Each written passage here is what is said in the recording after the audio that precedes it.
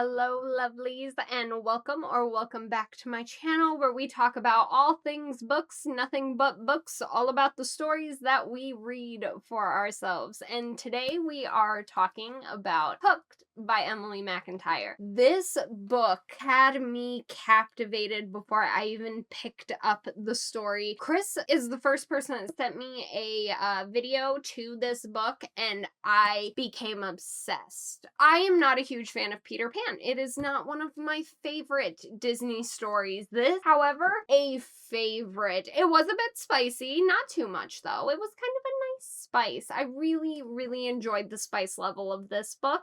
It is a retelling of Peter Pan, but not in the way you would think.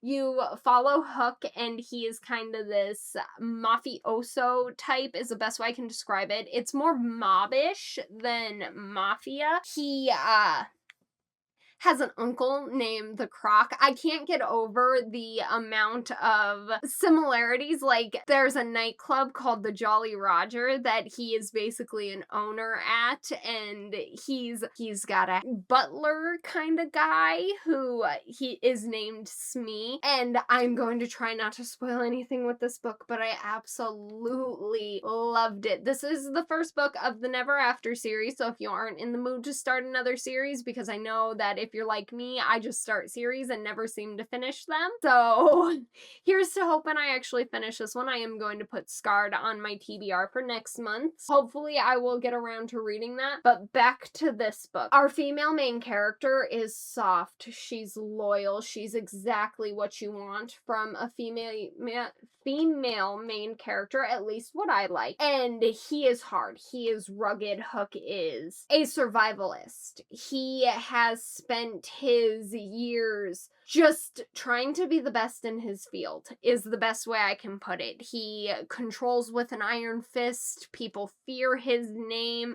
The female main character runs into him at a bakery that he was just basically holding up, and as she's going in, he's like, hey, be sure to put my name down and get whatever you want, put it on my tab. And it is the funniest thing because he just got done holding the place up being like, why'd you pay somebody else when you're supposed to be paying us for protection?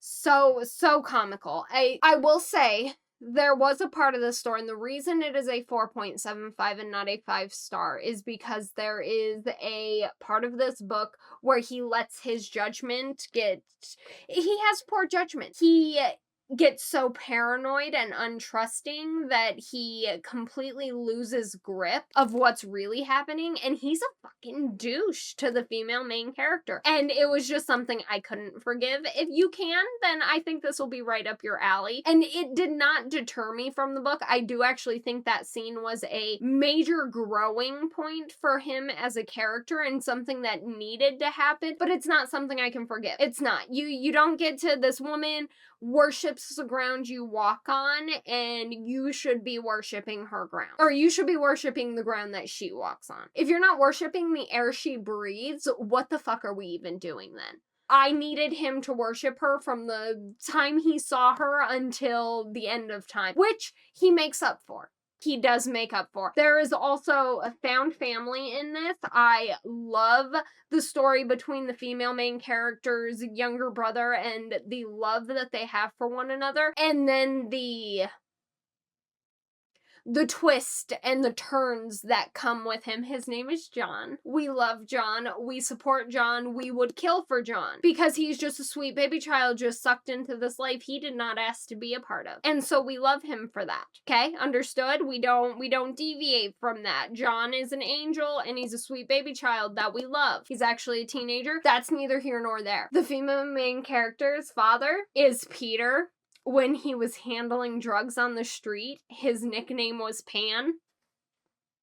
And as someone who absolutely hates Peter Pan, I think this book did the character justice. I personally think Peter Pan is a narcissist and a problem, and I more enjoy the Peter Pan telling of how he is the angel of death who leads boys to their death, because even in the Disney cartoon, you couldn't... What did I do to my hair? Even in the Disney cartoon, you could not deviate from that story. He was a right old prick in the cartoon. Sorry to my sister who loves Peter Pan. I love you. I love you. I hope you can still love me after this. This, though, for somebody who loves Captain Hook, this book was fantastic. I loved it. Oh, okay. So the clock tick where he will absolutely lose his fucking mind over. It's in this book and it's so amazing. The tick tock, tick tock, tick tock.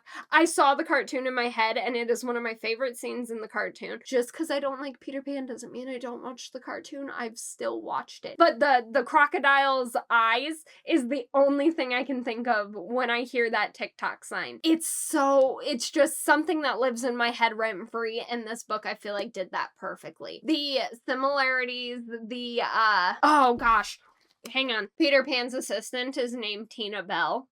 And that made me roll my eyes when she introduced herself. But that's not what I'm trying to find. I think it's in the back of the book, too. So, and straight on till morning is a slogan they use in the book, and I fucking love it. I could be misremembering, but I believe the saying from the cartoon is you take a right at the North Star and then straight on till morning. I freaking love it. I love it. When they said it in the book, it made my skin crawl with so much pleasure. It was so nice, so amazing. 4.75. I really, really feel confident in that score. I feel like the little ding of a quarter point is nothing. This was a great story. If you like classical retellings like this, you may love this story. I know I loved it and really look forward to reading the others. And I like the idea. I like the idea of villains getting their love story. It makes me so happy. The front of the blurb, the little note I actually shared on my Instagram for anyone who has been the villain in someone else's story. I love that. I love that so much. I loved this book. This was a great book for me. If you read this book, I'd love to hear your opinions. If you've got any book recommendations for me, leave them down in the comments. I'd love to have a conversation with you all. And thank you so much for watching, and I'll catch you on the next video, okay? Bye.